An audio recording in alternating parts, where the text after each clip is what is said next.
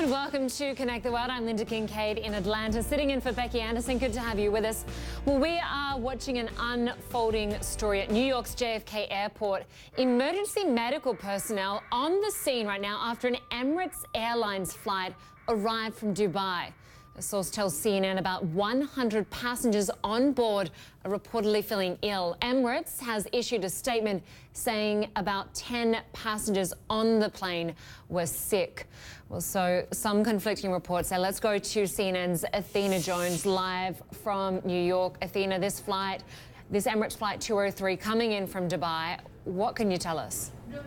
Hi, Linda. Well, it's unclear why there is this discrepancy between this report from a Port Authority source who says that 100 of the 500 people on board this flight, which landed at about 9:06 a.m., so in the last couple of hours, that 100 of those people fell ill, and the airline saying only 10 people fell ill. We're still awaiting more information to clear up that discrepancy, but I can tell you that my colleague Mark Morales has spoken with an official who said that 7 crew members and 3 passengers that were on that plane have been transported to Jamaica Hospital. That's in Queens, New York, near where the flight landed at JFK. Other passengers are still being evaluated. So we have a little bit more information about at least those 10 passengers that the airline itself has cited.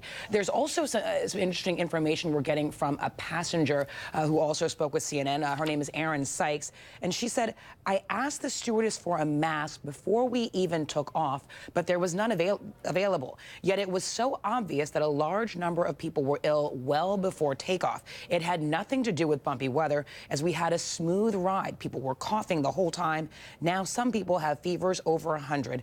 They should never have been allowed to board." Now, that is just information we're getting from one passenger. As you noted, there are health officials on the scene, officials from the Centers for Disease Control and emergency health officials who are still evaluating passengers as far as we can tell and are still checking out what exactly is going on here, Linda. So, Athena, that passenger mentioned high fevers. Do we know what other symptoms the ill passengers were suffering? And what does it mean when a plane goes into quarantine?